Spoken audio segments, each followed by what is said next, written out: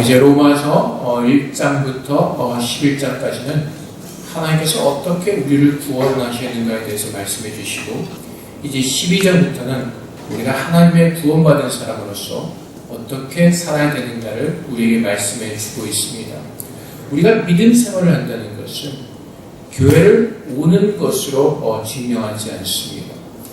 예를 들어서 제가 보통 이제 날씨가 더울 때, 어떨 때는 이제 저녁 시간에 저녁 먹고 저희 집 맞은편에는 다카시마 백화점을 갑니다. 백화점이 시원하니까 이제 거기 들어가서 한 바퀴를 돌고 나오는 겁니다. 근데 여러분, 제가 백화점을 갔을 때 쇼핑했다고 말하지 않습니다. 아무것도 사지 않았기 때문에 그렇습니다. 그냥 들어갔다가 나온 것뿐입니다. 교회도 마찬가지입니다. 우리가 교회에 발을 들여놓고 갔다고 해서 그것을 믿음의 삶을 사는 것이라고 말하지 않습니다. 우리가 믿음 생활한다는 것은 와서 하나님을 만나고 그분 안에서 참 소망을 가지고 하나님을 바라보는 그것이 바로 믿음의 삶인 것입니다. 그래서 오늘 13장 말씀에 소망의 하나님이 모든 기쁨과 평강을 믿음 안에서 너에게 충만하게 하사 성령의 능력으로 소망이 넘치게 하시기를 원하노라. 이것이 참으로 믿음을 가진 사람들의 모습인 것입니다.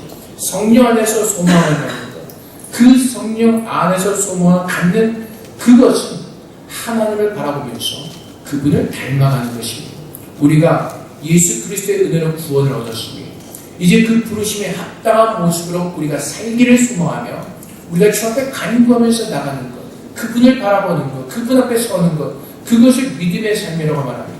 그래서 11장 믿음은 하나님에 계신 것을 알고 그분께 나아가는 것입니다.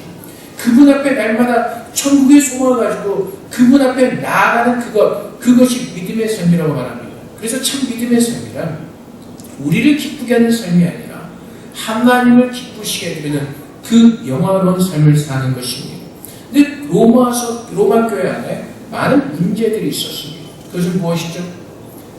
우리의 신념을 가지고 하나님 말씀에 있는 것을 가지고 우리의 신념을 가지고 시비거리를 만들어서 비판하면서 그것이 교회 분열로 이어졌던 것입니다.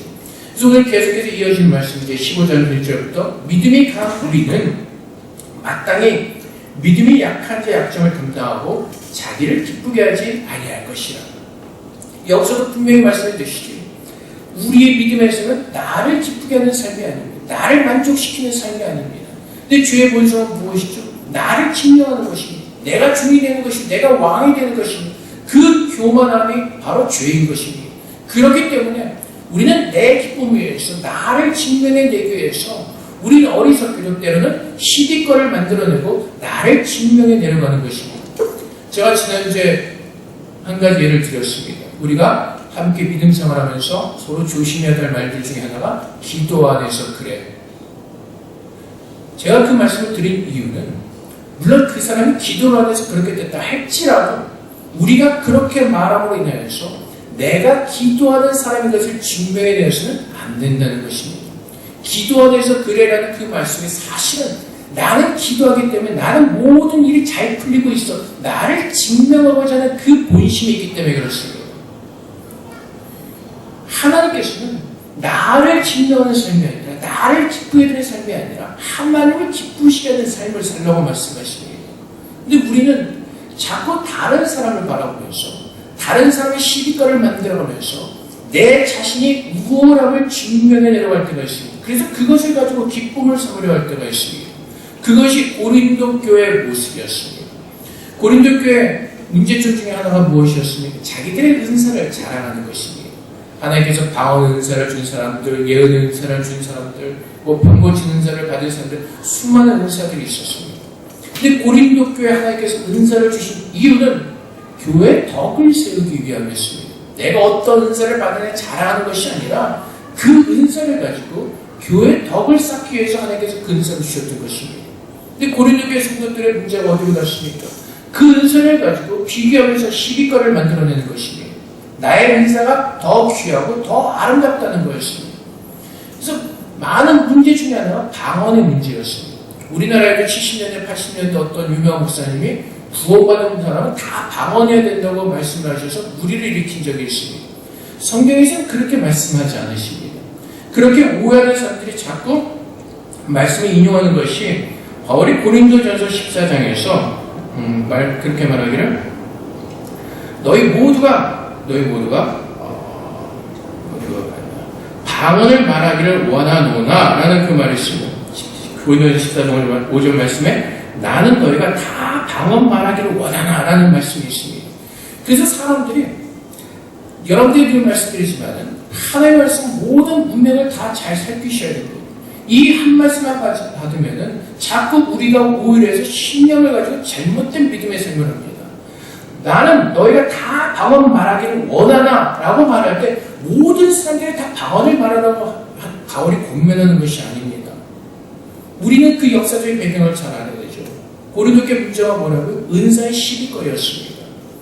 바울이 하나님의 말씀을 통해서 너희가 다 방언을 말해야 된다고 말하지 않습니다. 왜요? 은사는 하나님께서 주신 선물이기 때문에 그렇습니다. 하나님께서 필요를 따라 필요한 자들에게 은사를 주시고 그 은사를 통해서 교회의 덕을 쌓기 위해서입니다. 모든 사람들에게 그 방언을 주시지 않았습니다. 바울이 여기서 말하는 이유가 무엇이죠? 반어법입니다. 방언을 하면서 시비거리를 만들어내지 말라는 것입니다. 그래서 모든 문맥을 잘 끝까지 읽으셔야 되는 겁니다. 14장 5절 때 다시 보면은 나는 너희가 다 방언 말하기를 원하나 특별히 예언하기를 원하노라. 만일 방언을 말하는 자가 동역하여 교회의 덕을 세우지 않으면 예언하는 자만 못하니라.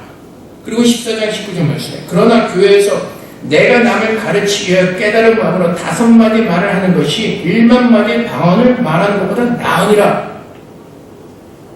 바울이 정말로 방언을 유익해서 모든 사람과 방언을 말하라고 권하겠죠. 근데 시비거리를 만들지 말라는 겁니다. 너희가 깨달은 마음으로 너희가 가르치기 위해 5마디 말하는 것이 1만마디 방언으로 말하는 것보다 낫다고 말합니다. 바울의 포인트는 어디 있죠? 요점은요. 14장 마지막 절에 있습니다. 14장 40절 말씀에 모든 것을 품위 있게 하고 질서 있게 하라. 이것이 바울이 말하는 목적이었습니다. 근데 우리가 하나님의 말씀을 오해하면 이것이 나의 신념이 되어버렸죠. 믿는 사람들 다 방언해야 된다. 그래서 모든 사람들이 다 방언하라고 푸시라는 겁니다. 그것은 나의 신념이고 그것은 나의 기쁨인 것입니다. 그러나 하나님의 역사입니다. 하나님께서 은사를 주신 대로 그 은사를 받아서 교회 덕을 세워가는 일에 쌓아가는 일에 우리가 쓰임을 받는 것입니다. 근데 우리는 우리의 신념을 가지고 그것이 하나님의 뜻이라고 생각할 때가 참 많이 있다는 것입니다. 그래서 누구를 기쁘게 하는 삶을 산다고? 나요. 나는 방언을 이렇게 말합니다. 그래서 내 스스로 만족해하면서 내 스스로 기뻐하는 겁니다. 거기까지는 좋은데 주님께서 말씀하신 것이 뭐라고요? 시비거리 만들지 말자는 겁니다. 믿음이 연약한 자의 약점을 담당하라는 겁니다. 근데 여기서 1절 말씀에서 우리가 또 오해하면은 믿음이 강한 자와 약한 자로 우리가 구별할 수가 있습니다. 나는 믿음이 강해. 난 믿음이기 때문에 뭐든지 다 할 수 있어. 근데 여러분, 성경에서 믿음에 대해서 뭐라고 가르쳐 주시죠? 믿음은 선물이라고 말씀하십니다. 그리고 우리가 가지고 있는 그 믿음을 자랑하지 말라고 말씀하십니다. 그 이유가 무엇이죠? 로마서 1장 11장부터 우리에게 주시는 모든 가르침이 무엇이라고? 구원은 하나님으로부터 이루어졌다는 것입니다. 믿음이 강하다는 것은 하나님께서 나를 구원해 주시고 오늘도 그분의 강한 팔로 나를 붙들어 주시고 오늘도 그분의 은혜로 채워주신 것을 깨닫고 있는 사람들, 그만큼 깨닫고 있는 것을 말하는 것입니다. 믿음이 약한 자들은요, 아직까지 그 수준까지 가지 못했다는 겁니다. 결국 무엇을 말하고 있죠? 내가 이만큼 성숙한 것도 하나님의 은혜인 것을 알기에 하나님께서 아직 성숙하지 못한 저 사람도 하나님께서 성숙하게 하실 것을 믿고 기다리는 것입니다.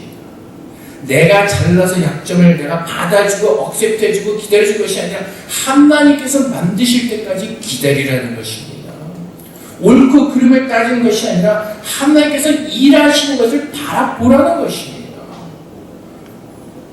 근데 우리는 자꾸 우리도 우리 자신을 증명해내려고 합니다. 나의 믿음은 이렇게 좋아. 난 이렇게 기도하는 사람이야. 그러다 보니까 자꾸 우리의 눈은 하나님을 바라보는 것이 아니라 자꾸 다른 사람을 보면서 비교하면서 내 증명을 하려고 하는 것입니다.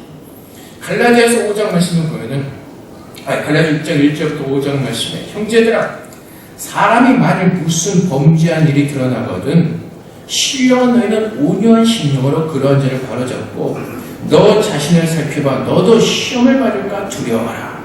너희가 짐을 서러지라. 그래야 그리스도의 법을 성취하라. 만일 누가 아무것도 되지 못하고 된 줄로 생각하면 스스로 속임이라. 각각 자기 일을 살피라. 그리하면 자랑할 것이 자기에게는 있어도 남에게는 있지 아니하니 각각 자기의 짐을 질 것이라. 무엇이라고요? 죄진 사람을 보고는 여기서 말한 포인트는 뭐라고? 너희도 그런 연약한 가운데 빠지지 않도록 너의 자신을 바라보라는 것입니다. 너 자신을 살펴봐. 너도 시험을 받을까 두려워하라. 우리의 연약함을 주 앞에 고백하고 그 동일한 시험에 넘어지지 않도록 우리 자신을 돌아보라는 것입니다. 우리 누구 한 사람도 다른 사람 향해서 돌을 던질 수 있는 자격이 없다는 겁니다. 예수님께서 사역하실 때 어느 가늠하던 여인이 잡혀왔습니다. 많은 사람들이 예수를 시험하려고 주님 앞에 질문을 던집니다. 이 여자를 어떻게 할까요? 모세율법에 돌로 쳐 죽이라고 되어 있습니다. 예수님께서 사랑을 말씀하셨습니다. 근데 이 모세율법은 범죄한 자를 돌로 치라고 합니다. 그래서 바리새인은 이것을 시험하는 사람, 이 꼬투리를 잡아서 예수를 죽이려고 하는 것이죠. 예수께서 뭐라고 말씀하시죠? 너희 중에 죄 없는 자가 먼저 돌로 치라고 말씀하십니다. 그러자 한 사람 한 사람씩 다 물러갔습니다. 그것은 무엇을 증명하는 것이죠? 우리 모두가 다 죄인이라는 것입니다. 그 누구도 다른 사람에 대해서 돌을 던질 수 있는 자격이 없다는 것입니다. 나도 하나님의 은혜로 구원을 얻었고 나를 구원하신 것처럼 하나님께서 그렇게 네 옆에 있는 사람들을 구원하실 것을 믿기 때문에 그 모든 것을 어떻게 하나님께 맡기는 것입니다. 그래서 소망의 하나님, 그분께 내 모든 소망을 주는 것입니다. 사람에게 소망을 주는 것이 아니라 하나님께서 나를 구원하셨다고 약속하셨고 오늘도 내 안에서 나를 구원하시면서 일하시는 그 하나님을 믿기에 그분께 소망을 두고 하나님만을 바라보면서 나아가는 것, 그것이 하나님께 기쁨을 드리는 삶인 것입니다. 옆에를 돌아보면요, 참 말하고 싶습니다. 말하고 싶은 거리들이 너무나 많이 있습니다. 근데 말하고 싶은 이유는 무엇이라고? 내가 나를 증명해내기 위해서. 내가 나를 증명해서. 근데 대부분의 사람들은 아웃사이더를 쓰면서 굉장히 많은 말들을 쏟아냅니다. 유튜브나 무슨 뉴스를 보면 거기에 댓글 다는 사람들을 보면 자신들은 다 위대합니다. 다 위대하고 자기는 아웃사이드에서 다 많은 말들을 합니다. 근데 자신들이 중심에서 하는 일은 아무것도 없습니다. 말들만을 내뱉을 뿐이죠. 그래서 그 말들로 인해서 더 분열이 심해지고 더 아픈 상처들을 주고받는 것입니다. 하나님을 믿는 사람들은 내가 받은 구원에 감사하면서 내가 받은 구원이 어떠한 구원인가를 알고 옆에 있는 사람들을 기다려주고 함께 가는 겁니다. 그것이 2절의 말씀처럼 우리 각 사람이 이웃을 기쁘게 하되 선을 이루고 덕을 세우도록 할지니라. 그리스도께서도 자기를 기쁘게 하지 아니하셨나니. 주님께서 이 땅에 오셔서 자신을 증거하지 않으셨습니다. 내가 하나님의 아들이다 하고 하나님께서 예수님께서 그것을 증거하지 않으셨습니다. 그분은 도살장에 끌려가는 양처럼 조용하게 이 땅에 오셔서 우리를 섬겨주셨습니다. 참으셨습니다. 수많은 사람들이 예수를 대적합니다. 죽이려고 합니다. 그리고 마지막에 십자가에 그를 못 박아 죽였습니다. 근데 예수님께서 어떻게 하셨죠? 내가 하나님의 아들을 증거하며 얘가 영광을 취하려고 하는 것이 아니라 주님께서는 죽기까지 우리를 참으시고 사랑으로 덮으시고 인내하면서 기다려주셨던 것입니다. 그것이 예수를 닮아가는 하나님 앞에서 진짜 믿음이 생활하는 하나님의 거룩한 성도의 모습인 것입니다. 4절 말씀에 무엇이든지 전에 기록된 바는 우리의 교훈을 위하여 기록된 것이니 우리로 하여금 인내로 또는 성경의 위로로 소망을 가지게 하며 이제 인내와 위로의 하나님이 너희로 그리스도 예수를 본받아 서로 뜻이 같게 해주사 한 마음과 한 입으로 하나님 곧 우리 주 예수 그리스도의 아버지께 영광을 돌리게 하려 하노라.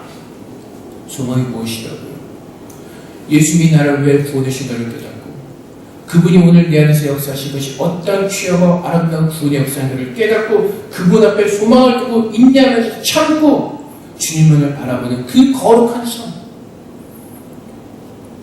그러므로 말미암아 하나님의 한 교회로 부르심을 받은 공동체들이 하나됨을 힘써 지켜나가는 것, 그것이 하나님께서 기뻐하시는 참으로 아름다운 믿음의 공동체의 모습일 것입니다. 근데 아직도 우리의 그 연약한 본성 때문에 내 스스로 믿음이 강한 것처럼, 내가 스스로 잘난 것처럼, 내 스스로를 증명해내고자 하는 그 어리석음 때문에 자꾸 시비거리를 만들어내면서 우리 스스로 어리석은 모습에 빠질 때가 너무나 많이 있다는 것이, 그것이 신령을 가지고 신앙생활은 무서운 것입니다. 이렇게 하는 것이 맞다. 그래서 구원받은 모든 사람들은 다 방언해야 된다. 그러니까 얼마나 많은 사람들이 시험에 빠졌습니까? 그 유명한 목사님이 그렇게 말씀하시니까 얼마나 많은 사람들이 시험에 빠졌습니까? 그럼 나는 구원받지 못한 사람인가? 그래서 그 방언을 못하는 것 때문에 마음의 심령에 굉장히 무거운 짐을 지고 나는 어떻게 된가 심각한 고민에 빠진 사람이 너무나 많이 있었습니다. 성경은 그것을 말하지 않았습니다. 고린도 교회 방언으로 해서 시비거리가 많고 문제가 됐기 때문에 바울은 반어법으로 나는 너희 모두가 방언하기를 원하나, 결국 마지막에 뭐라고요? 모든 것을 품위 있고 질서 있게 하라.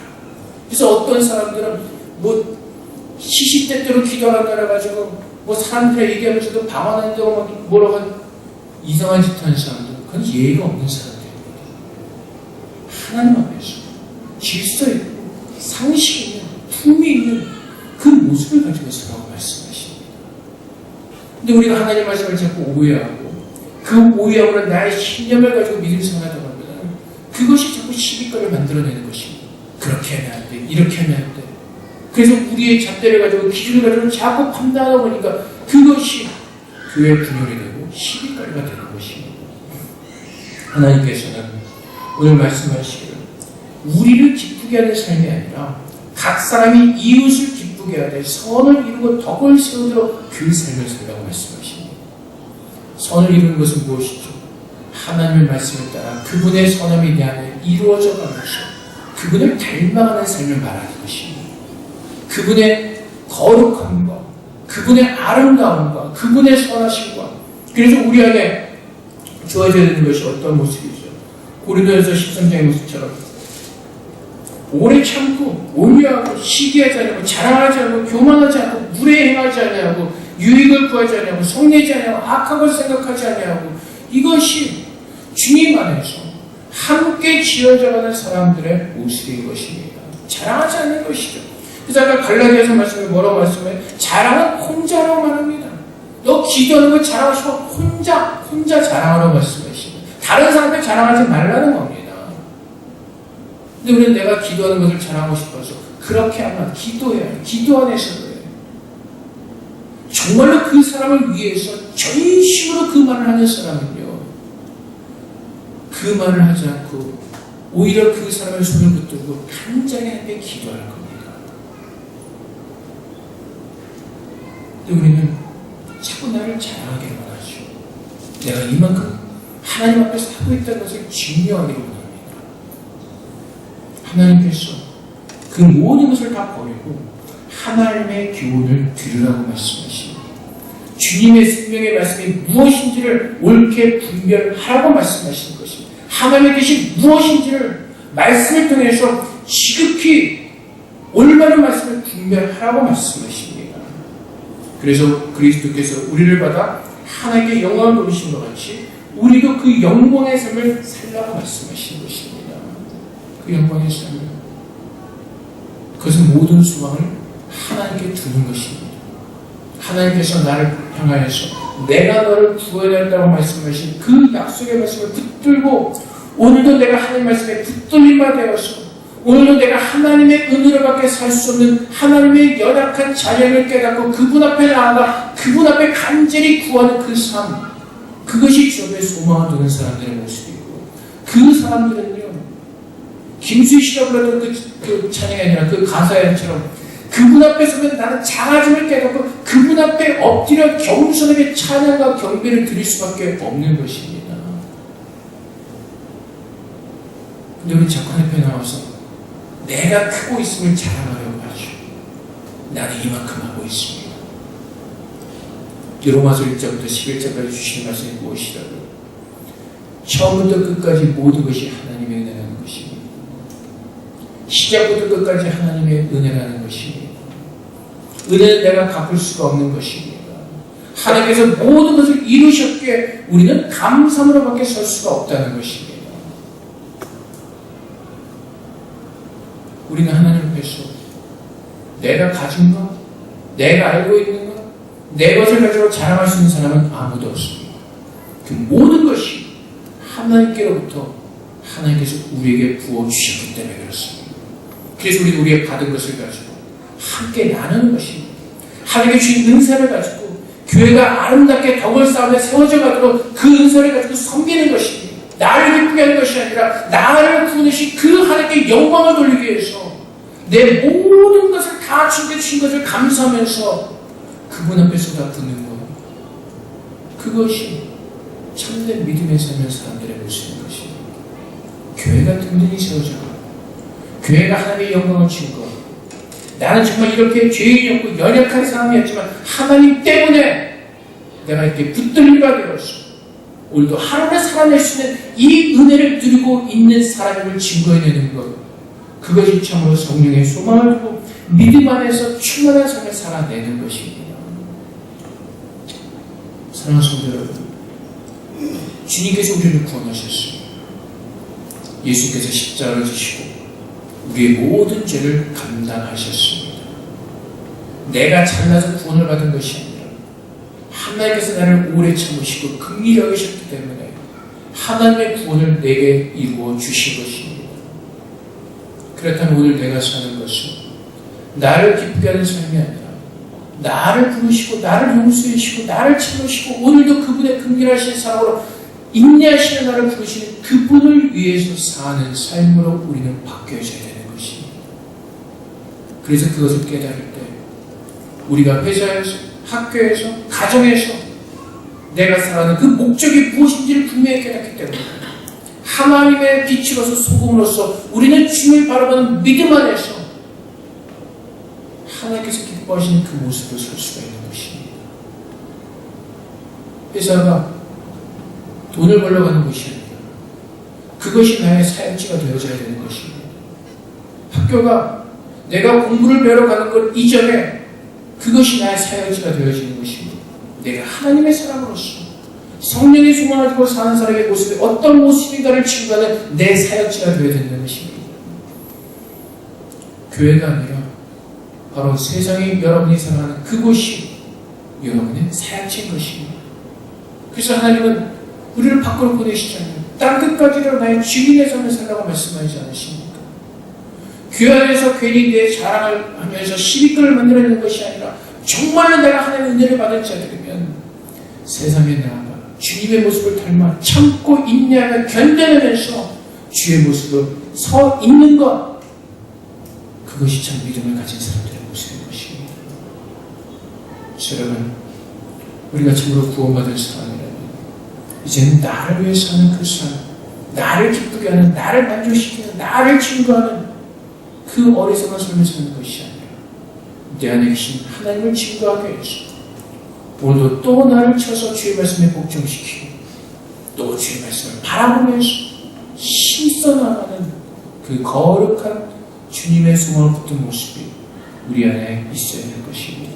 그래서 오늘 말씀을 통해서 우리가 다시 한번 우리 자신을 돌아보는 가운데 내가 무엇을 위해서 살고 있는지 우리 자신을 돌아보며 회개하고 돌이키는 가운데 이제는 내 모든 마지막 삶의 삶이 주님에서 살아가는 거룩한 소망의 삶 되시기를 주님으로 축복드립니다.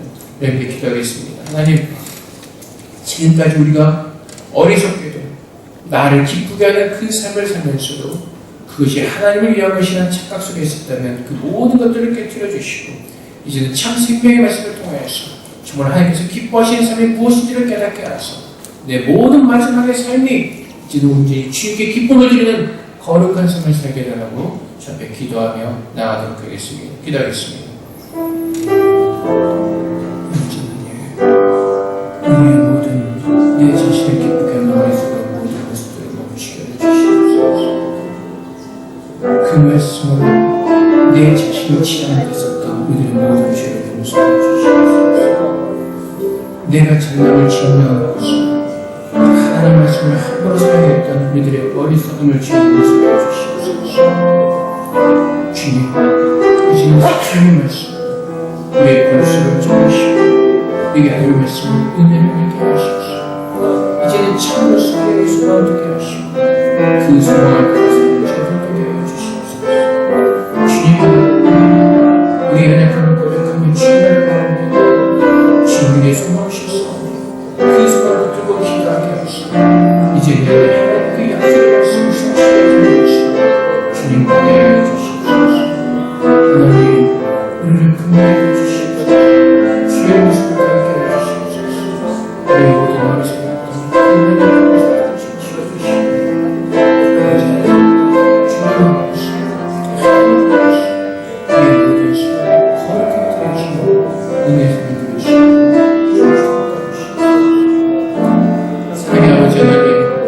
우리가 하나님의 구원의 은혜를 깨닫지 못하고 우리 자신을 기쁘게 하는 그 우리 어리석었던 모든 삶을 회개케 하여 주시옵소서.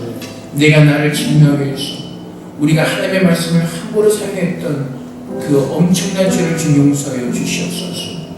이제 우리가 주님의 참 말씀의 은혜를 따라 옳게 분별하게 하시고 그 말씀으로 우리 영혼의 골수를 쪼개서 이제는 주님께서 우리를 원하시는 우리에게 원하시는 그 기쁨의 삶을 살아가도록 주님 도와주시옵소서. 하나님께서 나를 구원하시고 이제 내 안에서 하나님께서 나를 부르신 합당한 모습으로 만들어가시는 그 하나님의 뜻을 깨닫고 온전히 주님의 구원의 은혜에만 내 자신을 맡기며 주님의 간절하게 기도하는 주님의 자녀 되게 하여 주시옵소서. 그래서 이제 우리가 함께 나아가는 모습이 하나님께서 우리를 하나가 되게 하셨사오니 힘써 지키게 하시고 하나님의 부르심에 합당한 모습으로 함께 지어져 가도록 서로 격려하며 위로하며 우리가 함께 만들어져 갈 수 있도록 주님 도와주시옵소서. 우리의 소망은 오직 하나님께 주며 하나님의 기쁨 우리의 기쁨이 되기를 소망합니다. 아버지 하나님, 우리의 모든 삶을 통해서 주님 역사하시며 영광받아 주시옵소서. 오늘 저녁에 감사하며 예수 그리스도 이름으로 기도하옵나이다. 아멘.